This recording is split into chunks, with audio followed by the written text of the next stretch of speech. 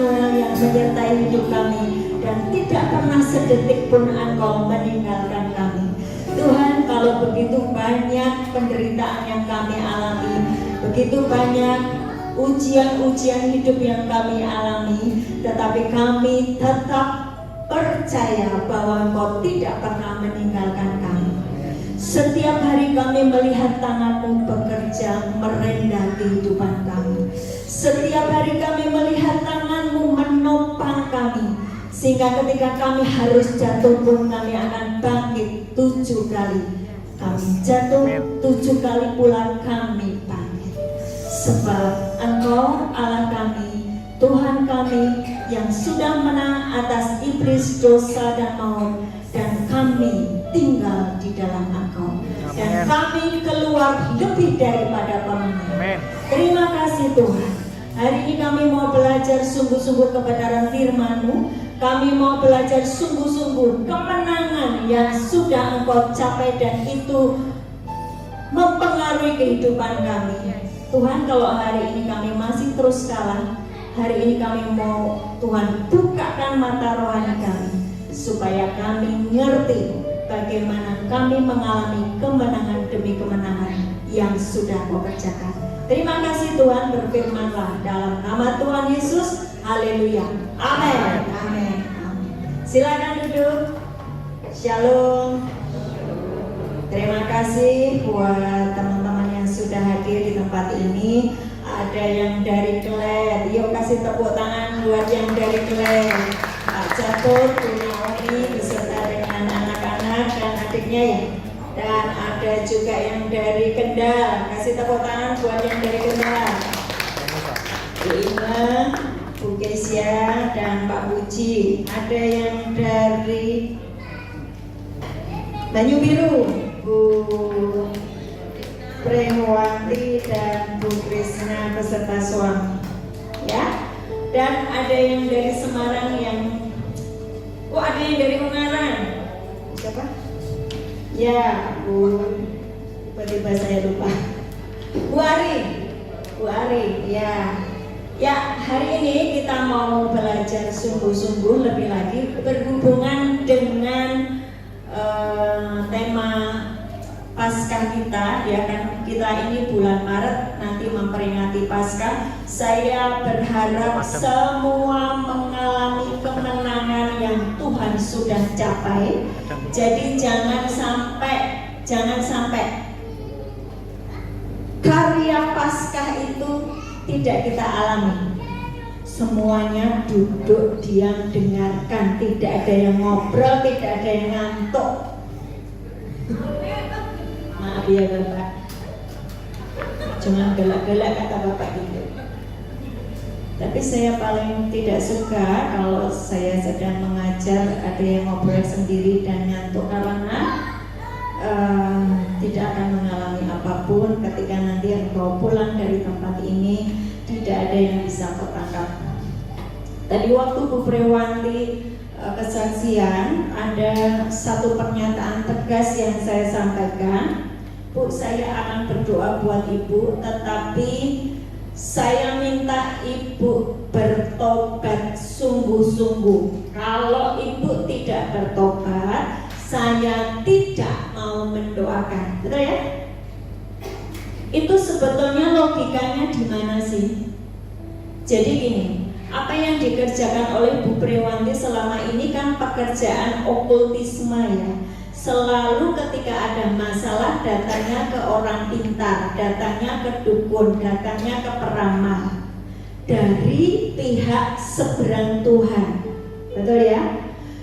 Kenapa saya berkata stop ya? Kalau kamu nggak stop, saya tidak mau mendoakan. Karena logikanya begini loh Bapak Ibu ya.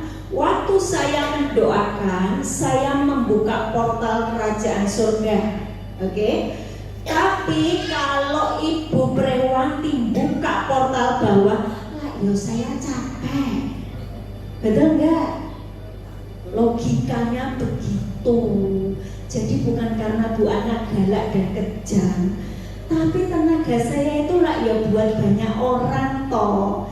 Kalau hanya ngurusi satu yang didoakan tidak mau kerjasama, ya silahkan. Saya nggak mau cawe-cawe, ya. Waktu saya mendoakan itu saya serius sampai tuntas, bahkan beberapa orang yang memang sudah usia sepuh saya kawal sampai dengan naik ke atas. Saya pastikan pelihat-pelihat mengawalnya sampai mereka yang meninggal itu ke atas, bukan diseret iblis. Kerjaan saya harus tuntas. Oke ya? Perhatikan. Waktu seseorang itu bertobat, mengalami hidup yang baru, mengalami perjumpaan dengan Tuhan Yesus, ya, oleh anugerah Tuhan, Tuhan mengirimkan Roh Kudus-Nya. Oke? Oleh anugerah Tuhan, Tuhan mengirimkan Roh Kudus-Nya. Dan yang duduk paling depan jangan mainan HP ya. Ini murid saya yang paling jaluk di. Lihat saya. Waktu seseorang baru bertobat, Tuhan kirimkan Roh Kudus-Nya. Tuhan kirimkan apa? Roh Kudus. Oke? Pada waktu kamu bertobat, ada begitu banyak kenajisan yang masih melekat dalam dirimu. Betul apa betul? Ya kan? Waktu kamu baru lahir, baru jadi manusia baru, ada begitu banyak kenajisan, kesombongan, kecongkakan, segala sesuatu yang jorok-jorok, segala sesuatu hati yang pahit, marah itu masih ada melekat di dalam dirimu. Nah, prosesnya ketika Roh Kudus datang itu membawa kamu ke dalam kekudusan. Tapi kan tidak bisa langsung instan tiba-tiba ben salah ben kudus. Betul nggak? Ada proses di mana engkau berjuang mematahkan dagingmu, memotong egomu, mencabut pahitmu. Betul nggak? Dan itu butuh waktu. Sedang Roh Kudus membersihkan engkau menjadi kudus, butuh waktu. Dan itu akan cepat apabila engkau menyatakan diri, Tuhan sekarang saya sungguh-sungguh bertobat. Dan mari Roh Kudus, aku mau dengar-dengaran ketika engkau bicara apa, aku mau mengikutinya. Tapi seringkali yang terjadi apa? Gak tahan. Dengar? Lagi diproses supaya nggak marah, kecentok sidik tetap marah. Padahal Roh Kudus ngomong jangan marah, tapi tetap marah. Nanti yang disalahkan adalah orang yang bikin marah. Itu loh prosesnya. Diproses, jangan jorok porno cabul. Itu yang akses dengan jorok porno cabul dikat. Lagi sendirian, pikirannya puyeng, kepala pening, cenut, pengen lihat lagi. Roh Kudus sudah ngomong jangan, tapi tetap pengen lihat lagi. Akhirnya tetap jatuh lagi. Sayangnya orang-orang yang lagi diproses Tuhan, dibersihkan oleh Tuhan itu, mereka juga bergabung dengan orang-orang dunia. Betul. Lingkungannya orang-orang yang tidak kudus, sehingga mereka akan kembali. Susah ya, ngikut Yesus susah. Mereka akan kembali kepada kehidupan lama, yang mana dulu mereka sudah bertahun-tahun melakukannya dan nyaman.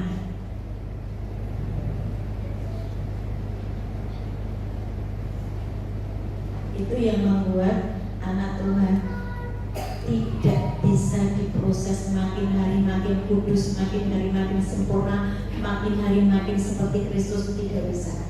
Karena apa? Waktu dia perang dengan dagingnya, waktu dia perang dengan keinginannya, dia berkata, kok Tuhan gak nolong saya sih? Kok Tuhan mengizinkan saya jatuh lagi sih? Ya, sing disalahkan siapa? Tuhan lagi. Kok saya jatuh lagi sih? Kok saya marah lagi? Kok saya?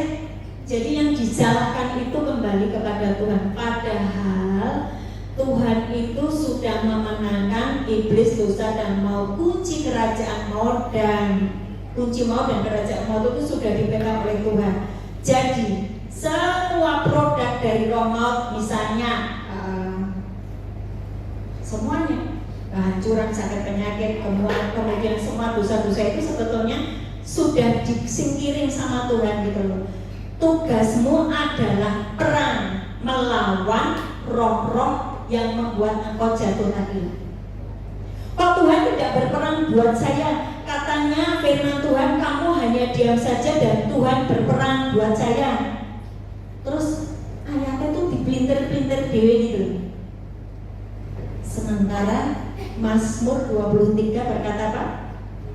Engkau menyediakan hidangan di hadapan lawan-lawanku, ialah penuh melimpah. Berarti apa? Tuhan itu ngajar kita perang. Tuhan melatih kita itu menghadapi face to face dengan iblis yang terus menguasai hidup kita. Tugas kita apa? Perang, melawan apa?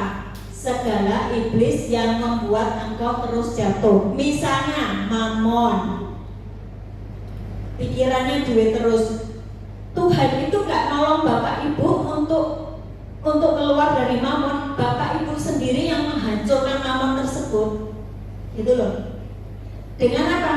Ya dipotong, dihancurkan. Ini saya melihat sesuatu yang gak mungkin ya. Mungkin apa enggak? Mungkin apa enggak? Peperangan yang kau kerjakan itu sudah dimenangkan oleh Tuhan Yesus di atas kayu salib. Lawanmu itu sebetulnya sudah kalah. Hanya masalahnya Bapak Ibu berperang melawan dirimu sendiri itu loh.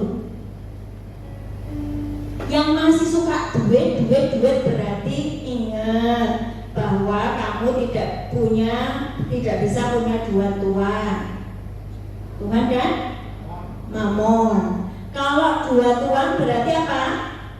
Penyembahan berhala. Berarti harus motong apa? Pikiran supaya tidak Mamon. Bukan Tuhan yang menolong engkau, tetapi engkau sendiri yang harus berperang melawan mamon tersebut gitu loh. Contoh lagi, sulit mengampuni, suami istri sulit mengampuni. Bu, saya ini jatuh terus Bu di dalam dosa, tidak bisa mengampuni istri saya, soalnya istri saya itu sangat cerewet dan dia tuh suka ngatur-ngatur saya. Kalau saya duduk gitu tuh, gua kerja kok, jangan duduk aja. Ngomong suami saya enggak. Gua kerja kok, jangan duduk aja. Lama-lama bapak itu pahit dan kemudian dia sulit untuk melakukan apa yang diperintahkan oleh Tuhan. Nah, bagaimana ketika saya memenangkan kepahitan adalah dengan terus digesek orang-orang di sekelilingnya yang membuat engkau pahit itu loh. Sampai engkau sendiri merdeka terhadap pahit. Gitu ya? Saya hari-hari ini dikasih lihat Tuhan itu gini. Tuhan itu ngomong gini, aku itu sudah memenangkan iblis, dosa dan maut. Seharusnya anak-anakku yang percaya kepadaku, yang namanya produk-produk maut itu tidak bisa menyentuh mereka. Yang namanya kanker tidak bisa. Karena firmanku sudah dinyatakan, kamu mengenakan yang tidak dapat binasa, saya yang dapat binasa ini mengenakan yang tidak dapat binasa, saya yang dapat mati ini mengenakan yang tidak dapat mati, maka saya menelan maut dalam kemenangan. 1 Korintus 15 ayat 53 sampai dengan 55. Tapi kenapa banyak orang masih sakit kanker, stroke, ginjal, jantung kemot-kemot, darah tinggi, apalagi kantong kempes. Itu kan miskin loh, utangnya banyak. Kenapa? Kenapa? Yang tadi di awal saya bilang tadi loh, waktu dia sedang diproses oleh Roh Kudus, ya kan? Harusnya yang akses dengan bawah itu kamu tutup. Apa? Produk dari alam maut itu tadi loh, yang misalnya dosa yang masih terus kau kerjakan itu kamu tutup. Contohnya ya, tadi kamu Hendro kan ngomong ya, contoh produk maut itu adalah kantong kering, ya kan? Kantong kering itu apa? Ya, selamat datang Dokter Danis dan Dokter Kristi beserta dengan Bu adik bayinya ikut ya? Oh iya, shalom luar biasa. Ya, ini juga karya Tuhan yang ajaib atas keluarga Dokter Kristi, ya. Sejak masuk di KKS, keluarga Dokter Kristi ini mengalami pemulihan yang dahsyat dan luar biasa ya dok. Ya, kasih tepuk tangan buat Tuhan Yesus. Nanti suatu saat kesaksian ya dok. Ya, oke ya. Kalau tadi agak terlambat dokter nggak dengerin kesaksiannya Bu Prewanti, nanti bulan berikutnya tetap di bulan Maret ya. Akhir Maret itu nanti kita akan ibadah lagi Dokter Danis kesaksian ya. Oke. Saya ulang. Kenapa Yesus yang sudah memenangkan iblis, dosa dan maut, tetapi anak-anak Tuhan masih diikuti maut, masih disentuh maut? Oleh karena apa? Dia membuka akses dengan alam maut itu lewat pikirannya, lewat perkataannya, lewat perilakunya. Yang saya bilang tadi, kalau saya mendoakan engkau Bu, engkau harus bertobat sungguh-sungguh, tetapi dia tidak mau bertobat, sehingga kan Roh Kudus, Catherine sini, biar ada bayangan, ya, biar ada bayangan. Sekarang Reta sini. Oh ya, Bu Prewanti mau ada tugas di gereja, makanya tadi kita mengajukan kesaksian dulu. Silakan. Moga Tuhan memberkati ya, sampai di gereja dengan selamat dalam nama Tuhan Yesus. Nah, ini proses contoh ya, ini kasih lihat ya. Ini orang yang sedang dari jatuh di dalam dosa kemudian bertobat menjadi manusia baru, ya. Ya begitu. Ya. Oke. Ini yang baru bertobat ya, Michael. Dengerin. Nanti tak suruh maju, tak suruh ngajari. Lo yang duduk di belakang itu maju gitu loh ya, biar nggak ketutupan cadar. Ini orang yang baru bertobat. Terus ini Roh Kudus terus memberi nasihat gitu ya. Terus kamu jalan ke sana, Roh Kudusnya terus memberi nasihat, mengingatkan. Terus kemudian apa? Menegur, menginsyafkan. Ini Roh Kudus. Ya, ini Roh Kudus. Terus si ini tidak mau berperang dengan dagingnya. Suka scroll Instagram, tetap buat Instagram. Sementara Roh Kudus ngomong berhenti, jangan ada berhala di dalam dirimu. Kamu kalau nonton Instagram terus kamu tidak bisa baca Alkitab, gitu loh, ya kan? Terus ini tuh tidak kuat dengan dagingnya, tetap tangannya pengen scroll. Kalau dia seperti ini Roh Kudus undur. Roh Kudus undur. Terus dia sendirian berperang melawan dagingnya. Ditambah lagi dengan dia bergaul dengan orang-orang dunia. Makanya semakin dia jauh dari Roh, kamu jauh-jauh. Semakin dia jauh dengan Roh Kudus, dia semakin bergaul dengan orang dunia, semakin dia tidak bisa dinasehati. Mungkin ya? Itulah kenapa banyak orang sekarang itu seperti menolak Tuhan. Bapak Ibu yang sudah rajin belajar firman dan engkau mempunyai kerinduan untuk menyampaikan firman, ketika engkau bertemu dengan seseorang dan engkau menyampaikan firman, mereka berkata, nggak usah ngomong yang itu dulu ya, simpan dulu Yesusnya. Saya juga Tuhan Yesus kok, di KTP saya Kristen dan Katolik, tenang saja. Tapi dia tidak bisa yang namanya menerima kebenaran yang disampaikan oleh seseorang tersebut.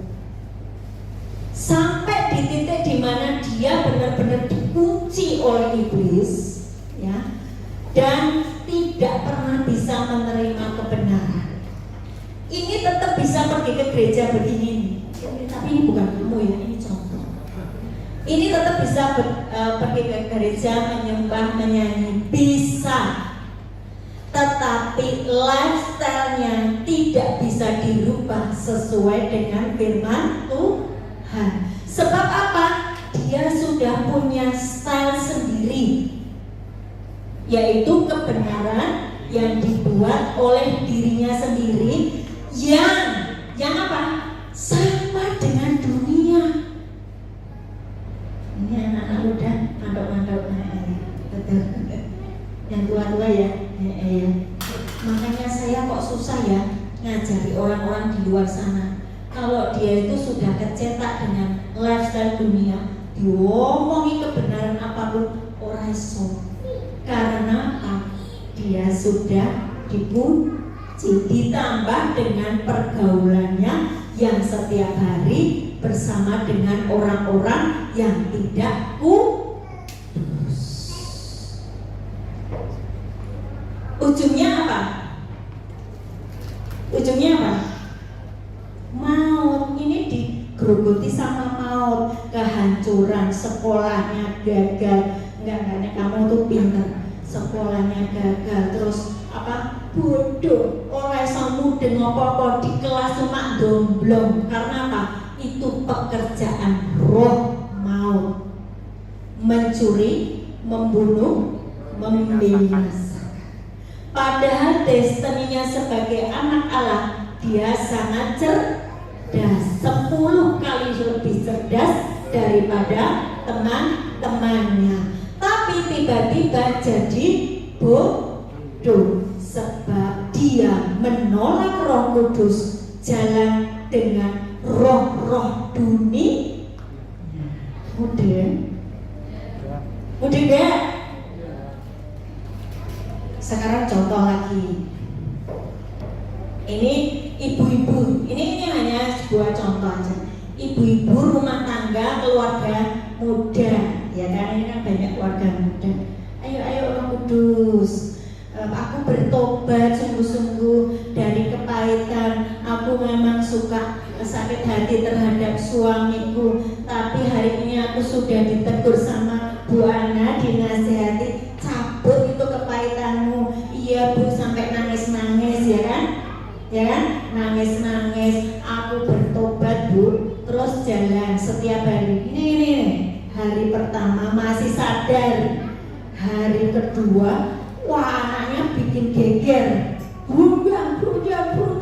Lah, ini mulai emosi jiwa. Tapi bukan dengan suaminya, dengan anaknya.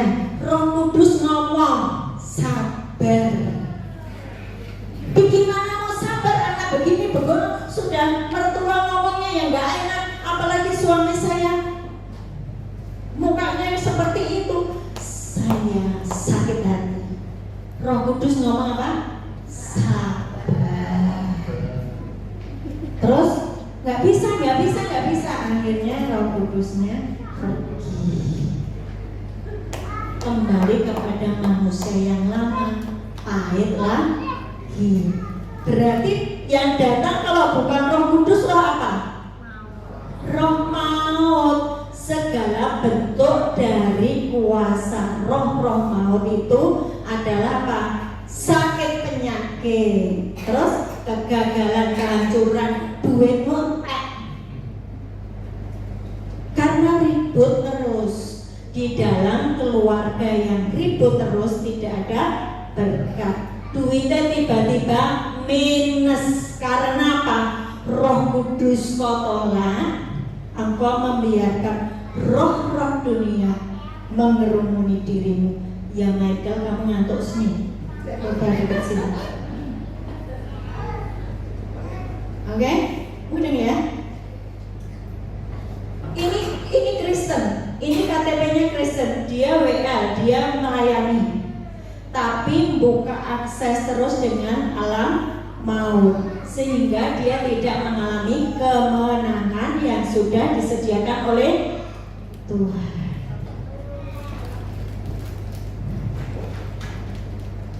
Saya mau ngajari apa lagi ya? Setiap hari sudah tak ajari seperti itu toh. Intinya begitu toh. Intinya begitu. Ya, ya sudah. Nanti gantian Michael aja. Soalnya dia sudah mengulang terus dari tadi. Ya, saya hari ini mau terus benar-benar. Saya itu kepengen gini ya, Bapak Ibu. Kalau Bapak Ibu melihat kehidupan kami ya, itu enggak aneh-aneh, enggak ada yang istimewa. Tapi kami mau belajar mengambil kemenangan yang Tuhan sudah sediakan itu di dalam kehidupan saya sehari-hari, menutup portal alam maut sehingga alam maut itu, roh maut itu tidak bisa menyentuh hidup saya, suami saya, anak-anak saya, pekerjaan-pekerjaan saya, pelayanan-pelayanan saya. Jadi semuanya progres, makin bertumbuh, makin besar. Bu, tapi saya kan cuma ibu rumah tangga. Saya nggak seperti Bu Ana yang hamba Tuhan. Nah, kalau Bapak Ibu mengatakan seperti itu, jadi selama ini kalian hambanya siapa kalau bukan hamba Tuhan? Hah? Semua orang disuruh untuk berbuah dan berlipat kali ganda. Ayatnya di mana? Matius 25 tentang perumpamaan talenta. Walaupun engkau talentanya cuma satu, harus dilipat kali gandakan. Tapi kalau kamu tidak mengerjakannya, ayatnya paling ujung berkata apa? Engkau akan dibuang di dalam kegelapan yang paling gelap. Masih ingat itu? Yang dikasih 5 jadi 10, yang dikasih 4 jadi, kasih 2 jadi 4, yang dikasih 1 marah dan berkata, engkau tidak adil Tuhan, masa cuma ngasih 1, akhirnya disimpan. Itu bicara apa? Engkau tidak mengerjakan keselamatanmu dengan takut dan gentar, ujungnya engkau kehilangan keselamatan. Jadi saya tuh sampai bingung ya mau ngajari apa lagi gitu ya. Sekarang ini Bu ajari saya nginjil ya. Kalau kalian nginjil jangan ngomong gini, ikut Tuhan Yesus nanti diberkati, nanti duitmu banyak, nanti kamu kasih, pokoknya kata-kata yang enak-enak gitu. Padahal sesungguhnya ketika engkau terima Yesus, kamu harusnya ngomong gini, welcome to the club. Mari bersama-sama kita di dalam peperangan. Selamat berjuang dalam peperangan melawan dagingmu. Potong semua egomu, kemarahanmu, hawa nafsumu. Betul nggak? Kenapa banyak orang murtad? Karena waktu nginjili, sing nginjili salah. Orang diajari bahwa hidup bersama Yesus dia harus seperti Kristus. Betul nggak? Harusnya apa? Makin daging, makin kudus, makin sempurna. Itu benar apa enggak? Nggak enak. Tapi kalian nawar-nawarin Yesus kayak jualan es krim.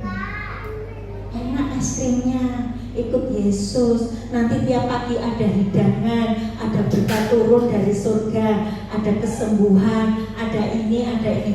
Nanti motivasinya dia mengikut Yesus hanya dia tidak mengerti bagaimana sebetulnya ngikut Yesus itu adalah dipotong dagingnya, dipotong egonya, dipotong segala kenajisannya, supaya makin seperti Kristus yang adalah kudus. Roh Kudus, biar yang saya lompat-lompatin. Roh Kudus, ketika engkau mati terhadap dagingmu, kamu menjadi manusia baru. Tuhan mengirimkan apa? Roh Kudus. Roh Kudus membuat engkau hidup makin apa? Kudus. Kalau roh kebenaran membuat engkau hidup di dalam kebenaran. Kalau roh penghibur membuat engkau hidup di dalam sukacita, engkau terus dihibur. Kalau roh hikmat membuat engkau apa? Pandai, cerdas dalam menangani bisnismu, pekerjaanmu, pelayananmu.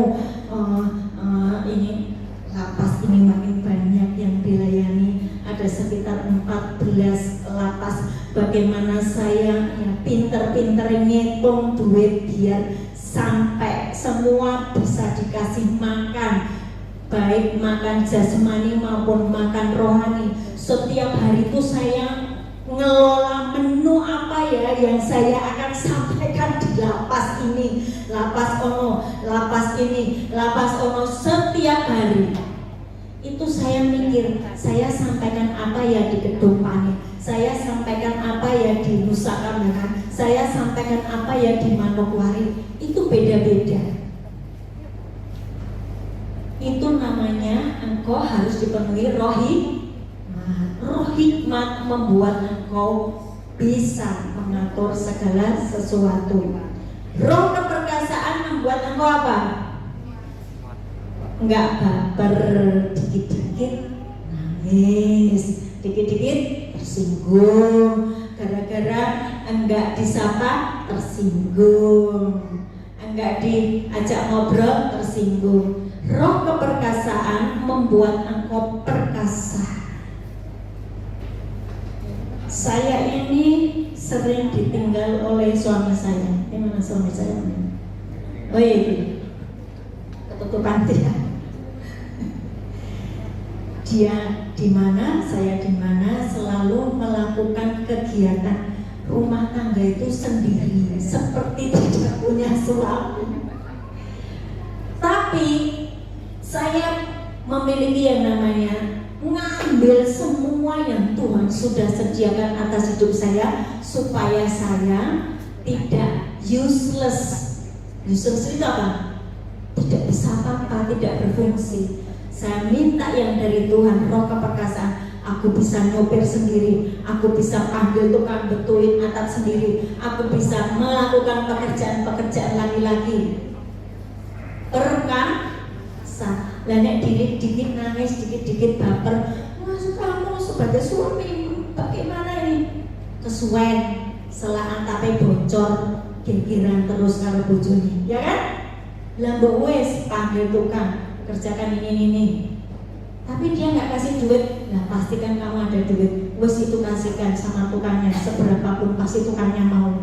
Dalam anugerah ketika engkau berdoa. Ini saya ngomong sama ibu-ibu yang setiap hari itu ngomongnya gini loh, suami saya nggak kasih uang saya.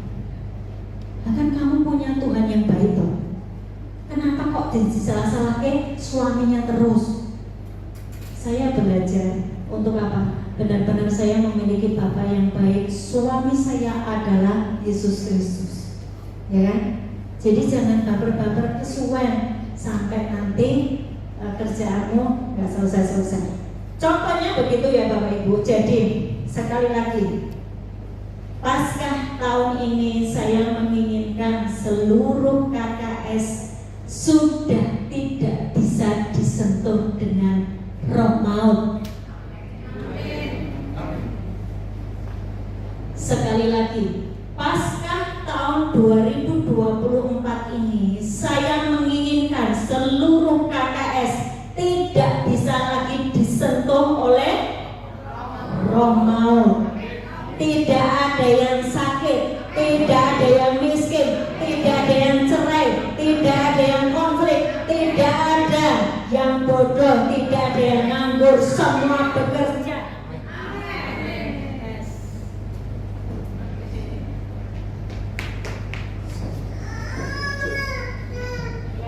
Tes. Ini bukan teori, tapi kalau Bapak Ibu mengerjakannya itu, bagaimana caranya? Mengecek bahwa saya tidak membuka portal bawah atau tidak mempersilahkan iblis itu menyentuh saya. Saya terus berjalan dengan Roh Kudus. Saya terus berjalan dengan firman. Itu mengenakan Kristus itu seperti itu. Mengenakan yang tidak dapat binasa itu seperti itu. Berjalan dengan Roh Kudus dan firman. Langkah-langkahmu diterangi oleh firman. Jangan pernah mengabaikan firman. Hari-hari ini kalau engkau sudah terbiasa mengabaikan firman, ya, saya melihat orang-orang yang dulu saya nasihati, yang dulu saya bimbing, tetapi yang itu tadi loh, kayak yang cerita 2 anak tadi loh, lagi diproses oleh Roh Kudus, nggak tahan, akhirnya Roh Kudusnya undur dan murtad. Dan hari ini ekonominya minus. Itu sudah ada ceritanya. Jadi jangan mengulang cerita yang lama ya. Ya. Tidak ada yang bilang amin.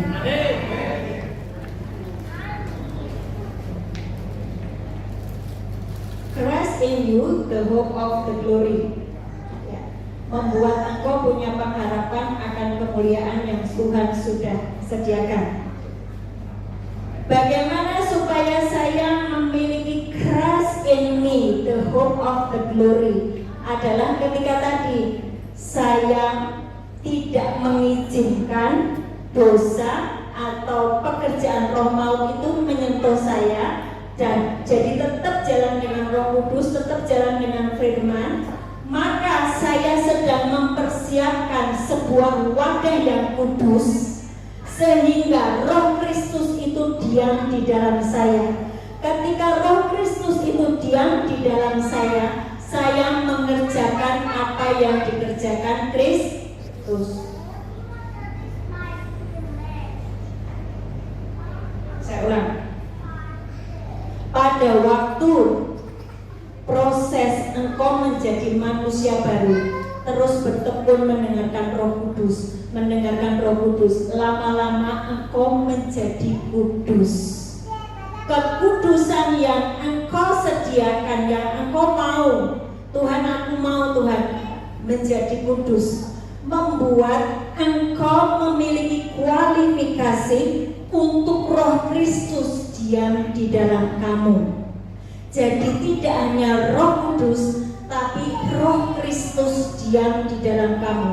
Waktu Roh Kristus diam di dalam kamu, baru kamu bisa mengerjakan apa yang dikerjakan Kristus.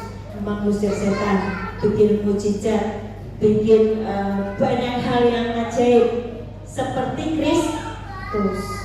Makin terus engkau jagai hidupmu terus selaras dengan firman. Yohanes 14 ayat 23 berkata, karena engkau mengasihi aku, engkau melakukan firman-Ku, maka kami, Yesus berkata, kami adalah Bapa dan Yesus diam di dalam kamu. Itu kan keren. Kalau sudah Yesus Kristus, terus kemudian Bapa, terus Roh Kudus diam di dalam kamu, baru itu namanya engkau menjadi tabernakel atau bait. Prosesnya lama dong, betul ya? Makanya kok, loh katanya aku bait Allah, kok aku doain orang gak sembuh, kok aku ngusir setan-setannya gak pergi, gitu kan? Engkau berkata gitu. Sementara engkau tidak mengerjakan bagian di awal ketika Roh Kudus menyentuhmu untuk engkau terus hidup kudus, engkau tidak kerjakan, tapi engkau berkata, aku bait Allah. Itu loh yang terjadi.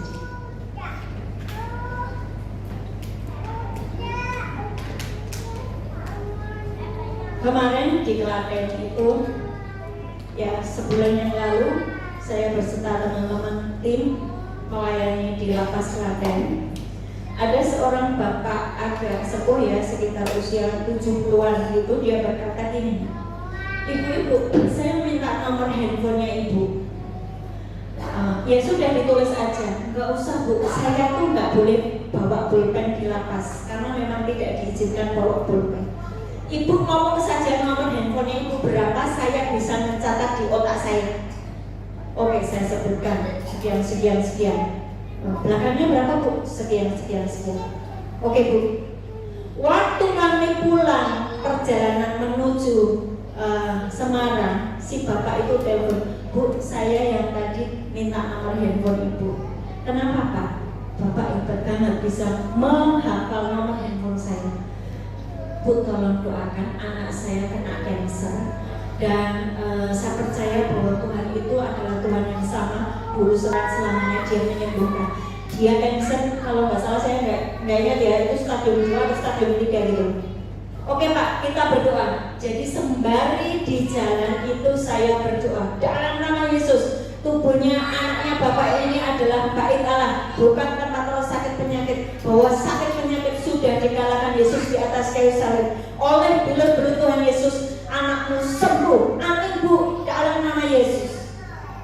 Kemarin ketika kita datang lagi di Klaten, bapak-bapak itu kesaksian. Saya mau kesaksian, anak saya kena kanker stadium 3. Itu terus kemudian seminggu setelah saya berdoa dengan Bu Ana, dokter mengatakan clean, tidak ada kanker.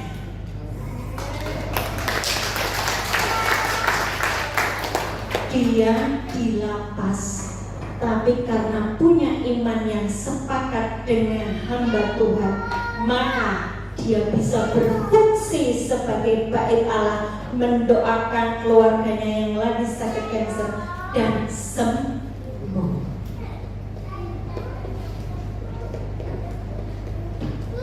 Itu yang disebut Christ in you, the hope of the glory, ada di dalam. Prosesnya panjang. Saya menjadi seperti ini bukan tiba-tiba seperti ini. Dulu saya juga mengalami pahit, dulu saya juga mengalami banyak babak belur. Tapi ketika terus berjalan dengan Roh Kudus dan firman, mengenakan yang tidak dapat binasa. Semuanya dibaca 1 Korintus 15 jadi hafalan ya. 1 Korintus 15 53 sampai 55 jadi hafalan. Kalau yang rajin mengikuti saya, ayatnya cuma itu diulang-ulang terus. Tapi sampai apa? Semua yang ditulis di dalam Alkitab itu engkau mengalaminya. Kalau belum mengalami, berarti ada sesuatu yang salah dalam hidupmu. 1 Korintus 15:53.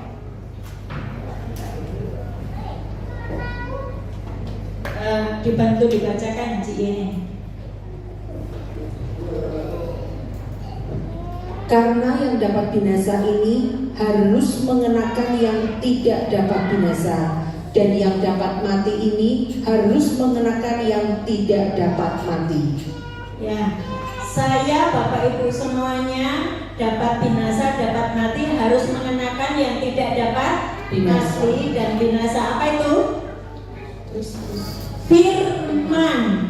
Walaupun tadi shalalalalala, saya cinta Yesus, terus shalalalalala, Yesus cinta saya, rentet dangdut, biar bumi berlalu, ya, terus biar bulan tak bercahaya lagi, terus biar langit akan tergoncang, matahari tak bersinar lagi, terus tetapi Tuhan Yesusku tak pernah ingkar janji.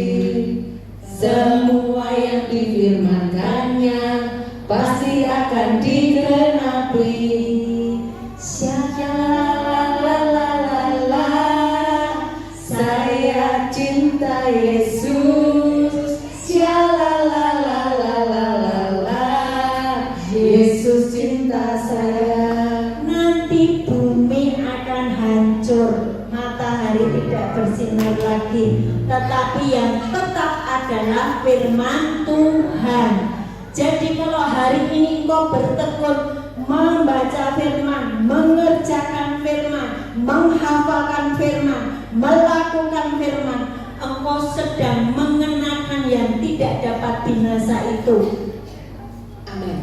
Roh Kudus juga roh Allah yang tidak dapat binasa. Engkau jalan dengan Roh Kudus, jalan dengan Roh Kudus, maka roh maut tidak usah ditengking. Nggak usah. Karena engkau sudah jalan dengan Roh Kudus, ada glory, kemuliaan itu turun atasmu. Itulah yang menyebabkan engkau sehat, diberkati, keluarganya rukun. Oke ya? Di selanjutnya ini yang dapat binasa ini mengenakan yang tidak dapat binasa, dan yang dapat mati ini harus mengenakan yang tidak dapat mati. Terus Dan sesudah yang dapat binasa ini mengenakan yang tidak dapat binasa, dan yang dapat mati ini mengenakan yang tidak dapat mati, maka akan genaplah firman Tuhan yang tertulis, maut telah ditelan dalam kemenangan. Hai maut, di manakah kemenanganmu? Hai maut, di manakah sengatmu? Sengat maut ialah dosa, dan kuasa dosa ialah hukum Taurat. Tetapi syukur kepada Allah yang telah memberikan kepada kita kemenangan oleh Yesus Kristus Tuhan kita. jadi paham ya, waktu saya mengenakan yang tidak dapat binasa itu, saya menelan maut dalam kemenangan, sehingga tubuhnya sehat terus. Produk-produk maut itu apa?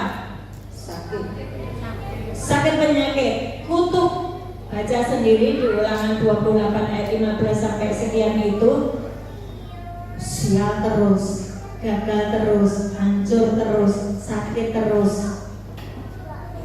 Produk dari alam maut adalah salah satunya kutuk. Kalau engkau melihat ada yang salah di dalam hidupmu, segera selesaikan dosa, segera bertobat, dan jangan mau ditelan oleh iblis, tapi engkau harus perang melawan iblis. Itu ya. Paham apa enggak? Jadi udah enggak, kenapa Bapak Ibu kalah terus? Kenapa?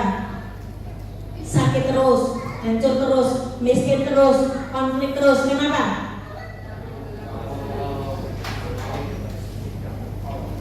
Engkau tidak mau berperang terhadap dagingmu.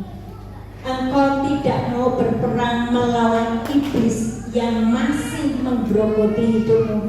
Engkau tidak mau berketetapan untuk menjadi kudus, sementara Roh Kudus sudah diberikan kepadamu untuk membuat engkau kudus.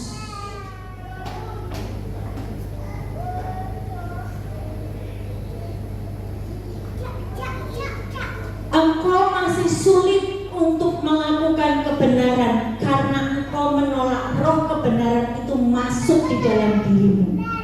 Engkau merasa sudah benar, tapi tidak menyediakan roh kebenaran itu masuk di dalam dirimu. Ketika roh kebenaran itu masuk di dalam dirimu, engkau menjadi orang benar, melakukan kebenaran. Jadi Bapak Ibu, saya melakukan kebenaran bukan karena kekuatan saya, tetapi saya sudah menolak roh-roh jahat tadi, mengizinkan roh yang dari Tuhan, roh kebenaran, roh keperkasaan, roh hikmat, roh apa lagi? Roh takut akan Tuhan,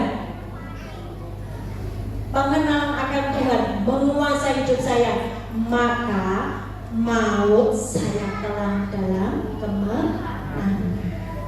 Waktu engkau memenangkan maut, engkau bisa berfungsi memenangkan banyak orang yang masih di dalam berat Bu pelajarannya, saya sudah ngantuk. Ya kan? Ada yang ngomong gini, Tante Ana ini. Siapa yang panggil aku Tante Ana? Bu Ana ini. Berat pelajarannya. Saya kasih tahu ya, sebagai closing. Campak sebagai closing. Hari-hari ini Tuhan berkata begini. Ada orang-orang yang sudah terlanjur pikirannya dicetak dengan lifestyle dunia, sehingga ketika dia diberitahu kebenaran, dia berkata, simpan saja kebenaran itu. Saya masih nyaman dengan apa yang saya punya. Buktinya saya masih sehat, saya masih bekerja, karir saya bagus, keluarga saya baik-baik saja. Simpan saja. Dan dia masih tinggal di dalam kenyamanan. Saya kasih tahu ya, tinggal tunggu waktu. Segala sesuatu kalau engkau tidak berjalan dengan Tuhan, hancur. Kamu tidak bisa melakukan apa-apa di luar aku. Yohanes 15 ayat 5-6 itu ya, ayat 5 dan 6. Di luar aku kamu tidak bisa apa-apa. Aku di sini adalah Yesus. Yesus adalah kebenaran. Kebenaran adalah firman. Waktu seseorang ini sudah dicetak dengan pola dunia dan menolak firman, tinggal menunggu waktu dia akan hancur. Waktu dia hancur, dia baru nanti cari-cari Tuhan. Waktu dia cari Tuhan, dia doa, doanya nggak dijawab, prosesnya tadi itu loh, dia tidak tahan ketika dagingnya dipotong. Itu loh prosesnya. Paham ya? Dan orang-orang yang sudah terlanjur dicetak oleh gaya hidup duniawi, mereka bahkan tidak bisa menerima kebenaran. Ujungnya dia akan hancur dan menyalahkan Tuhan. Tuhan mana yang disalahkan? Betul nggak?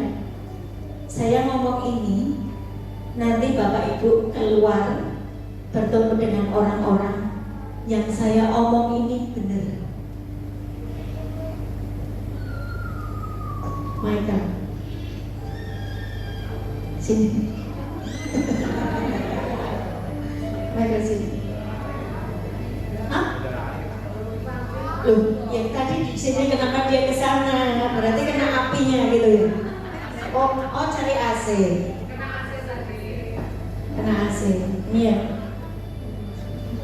Ini Michael adalah anak rohani saya sejak kita di Manyaran ya.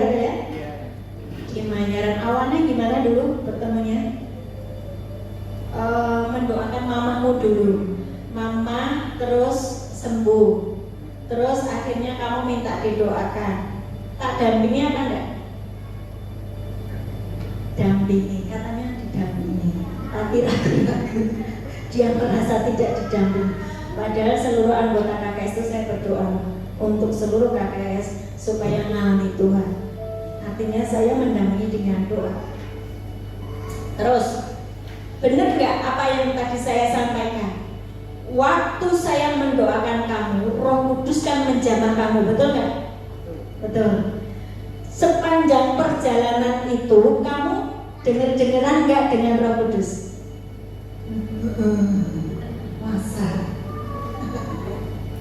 Dengar-dengaran dengan Roh Kudus? Dengar-dengaran. Menurut dia dengar-dengaran dengan Roh Kudus.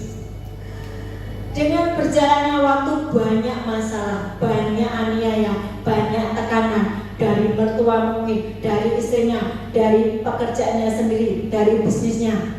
Dia lama-lama angkat tangan. Betul apa betul? Terus berkata, sakarmulah. Dan dia hidup kembali dengan gaya hidup yang ya sakarmu itu. Tapi saya bersyukur apapun yang dia sedang alami, saya tetap setia. Saya tetap setia, saya tetap bawa namamu dalam ruang tahta Tuhan, sehingga suatu saat engkau menyadari apa sih seharusnya yang harus aku lakukan. Ya, banyak memang keputusan-keputusan salah yang kita perbuat, yang kita buat. Tetapi berjalan dengan Yesus, dia adalah pintu, dia adalah solusi. Engkau bertekun terus cari Tuhan, pasti ada solusi. Ya, jangan cari solusi dari dunia, jangan mendengar nasihat orang dunia. Waktu engkau mendengar nasihat orang dunia, roh maut tadi menggerogoti hidupnya. Ada roh-roh ini, roh itu, roh ini, roh itu, nggak usah saya sebutin, ya. Udah ya? Sudah ya? Mudah? Ya ini soalnya dia ngantuk, makanya tak bawa ke sini. Hari ini sudah cukup jelas apa yang saya sampaikan ya. Paskah jadinya makna Paskah itu kita punya makna Paskah PGI tahun 2024 itu ternyata yang sudah kita pelajari hari-hari ini. Temanya apa? Roma 6 ayat 13, bahwa kamu adalah senjata kebenaran. Baca bareng-bareng. Dilihat Roma 6 ayat 13. Saya itu kaget kemarin dikasih tahu sama Zakaria, Bu, saya kan nanya tema Paskah kita tahun 2024 itu apa? Roma 6 ayat 13. Masa sih? Loh iya Bu, Roma 6 ayat 13. Loh itu kan kita pelajari setiap hari, betul nggak? Ya, Bapak Ibu tidak bisa merespon iya karena jarang mengikuti saya. Kalau yang mengikuti saya akan ngerti. Oh iya. Apa itu bacanya? Coba dibaca.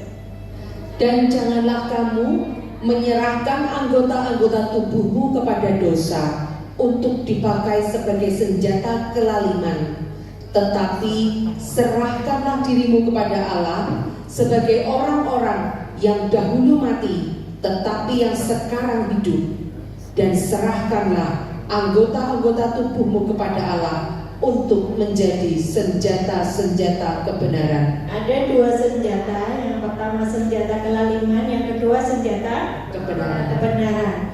Dulu majikanmu iblis, sekarang Kristus. Benar. Dulu majikanmu iblis, sekarang majikanmu kebenaran. Maka engkau menjadi senjata kebenaran, alat kebenaran. Tapi kalau dulu majikanmu iblis, sekarang masih iblis, ya engkau tetap jadi senjata kelaliman. Di dunia ini cuma ada dua, benar atau salah, gelap atau terang, nggak ada yang abu-abu. Saya persilahkan Bapak Ibu untuk memilih, mau pahit atau mengampuni, mau kudus atau setengah kudus.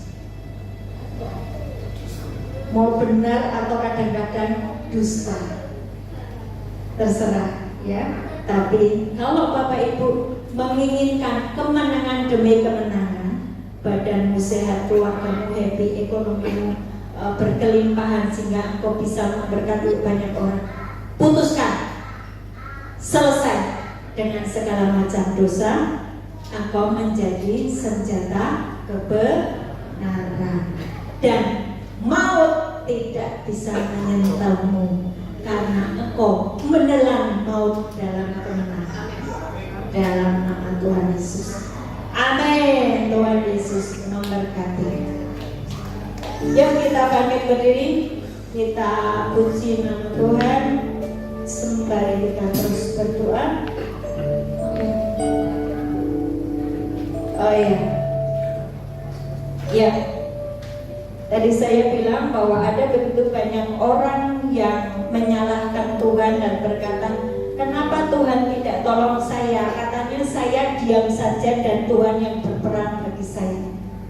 Memang ada ayatnya itu. Gibi kenapa cemburu? Kenapa? Dengerin. Kenapa Tuhan tidak tolong saya? Katanya Tuhan berperang bagi saya.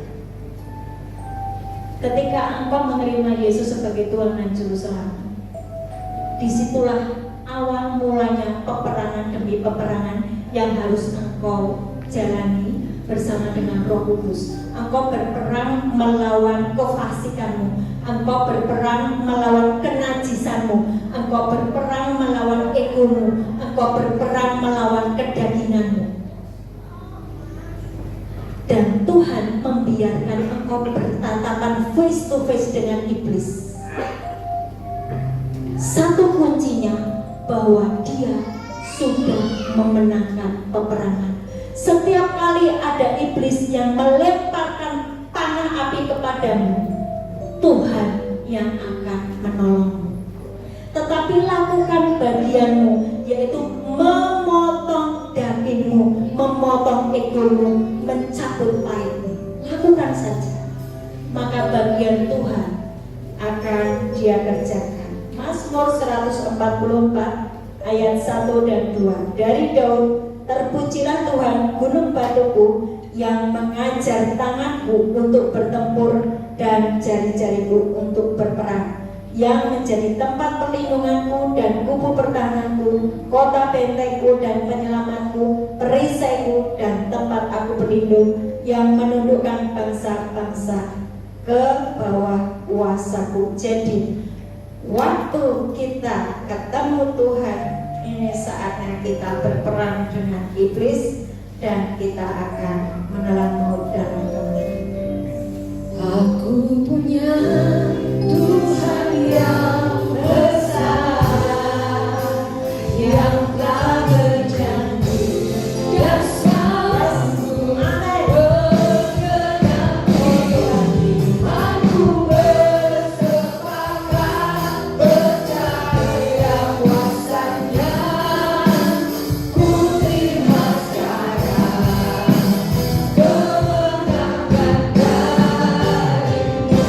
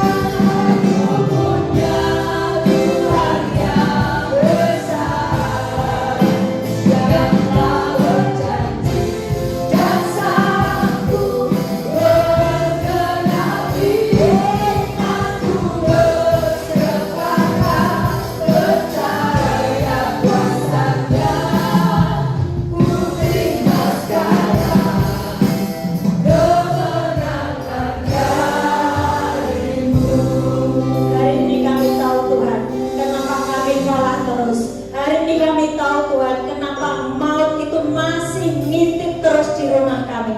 Hari ini kami tahu Tuhan, ketika kami berdoa untuk berkat, Engkau sudah kirimkan berkat itu di depan rumah kami.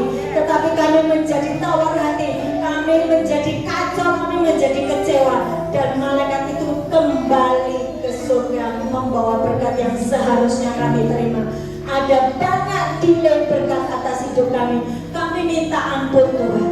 Kami minta ampun karena kami berdoa tapi kami juga membuka akses dengan alam maut. Kami minta ampun Tuhan. Hari ini kami mau memutuskan Tuhan, hidup di dalam kebenaran, hidup di dalam kekudusan, hidup di dalam kemenangan yang sudah Engkau sediakan atas hidup kami. Tuhan, bawa kami naik Tuhan. Karena kami tahu di bawah isinya orang bertengkar, di bawah isinya kelaparan. Kami mau naik bersama dengan Engkau. Kami mau menyatu dengan Engkau. Hari ini kami mau lepaskan Tuhan setiap kemarahan kami, setiap trauma kami, setiap kebencian kami dengan orang yang sudah merampas bagian kami. Oh, kami mengampuni mereka Tuhan. Kami mau jalan dengan Roh Kudus. Kami mau Tuhan dinasihati oleh Roh Kudus. Kami mau menyatu dengan firman. Kami mau jalan-jalan kami diterangi firman. Kami mau mengalami Christ in me, the hope of glory itu ada dalam diri kami. Dan kami mau Tuhan, tahun 2024 ini kemenangan demi kemenangan ada di tangan kami, ada di keluarga kami. Kami akan melihat ekonomi kami diperbaiki, kami makin berkelimpahan. Bahkan kami bisa membagikan kepada banyak orang yang masih kelaparan. Dulu kami juga kelaparan, tetapi hari ini karena kami tahu bahwa kami harus menelan maut dalam kemenangan, kami akan menjadi orang yang memberkati banyak orang. Dulu memang majikan kami iblis, tetapi kami tahu sekarang bahwa majikan kami adalah kebenaran. Dan kami mau Tuhan berjalan di dalam kebenaran, berjalan dalam damai sejahtera, berjalan dalam sukacita, menyatu dengan Bapa, Putra dan Roh Kudus, menyediakan tanah hati kami bersih, hidup kami bersih, sehingga kami menjadi tabernakel, menjadi bait Allah, di mana Bapa, Putra dan Roh Kudus diam di dalam kami. Dan kami mengalami semua kelimpahan yang sudah Engkau sediakan. Selalu ada open heaven atas anak-anakmu di KKS Tuhan. Selalu ada surga terbuka, yang sakit sembuh, yang miskin diberkaya, yang berbeban berat diberi kelegaan, yang terikat dibebaskan dalam nama Yesus. Engkau yang masih punya kebenaran dirimu sendiri, hari ini tembok-tembok ini dihancurkan, kubu-kubu yang dibuat iblis dihancurkan dalam nama Yesus. Dan engkau mulai mengenal kebenaran, cahaya Injil itu mulai menerangi pikiranmu. Engkau mulai memutuskan hidup di dalam kebenaran dan kekudusan. Dan itulah kehendak Bapa. Engkau mengalami segala kelimpahan yang sudah Bapa sediakan. Belajarlah lemah lembut, belajarlah taat, belajarlah nurut dengan Roh Kudus. Belajarlah terus kebenaran firman menjadi paradigma, maka engkau akan mengalami surga terbuka atas hidupmu. Aku punya Tuhan yang besar. Aku punya Tuhan yang besar, yang tak berjanji dan sanggup berkenapi.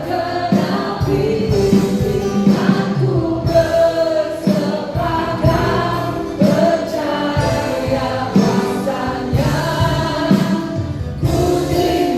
sekarang kemenangan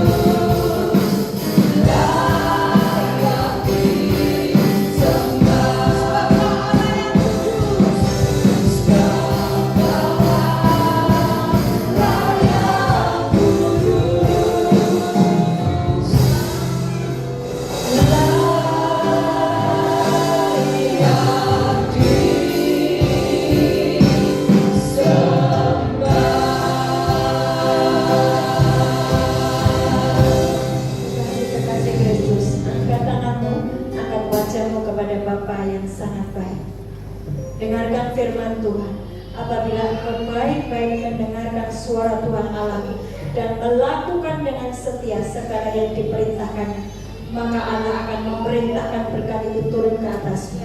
Apapun yang kau kerjakan dibuat berhasil, apapun yang kau sentuh jadi besar, kau akan mengalami multiplikasi, membuka ke kanan dan ke kiri. Apapun yang kau usahakan jadi besar.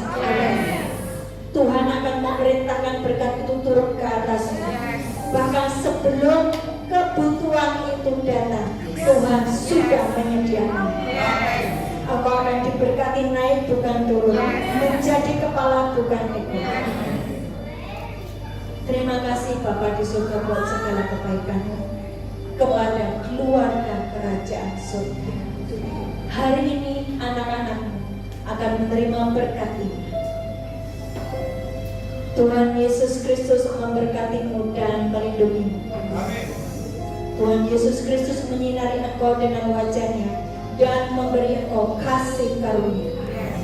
Tuhan Yesus Kristus menghadapkan wajah-Nya kepadamu dan memberi engkau damai sejahtera. Amin. Amin.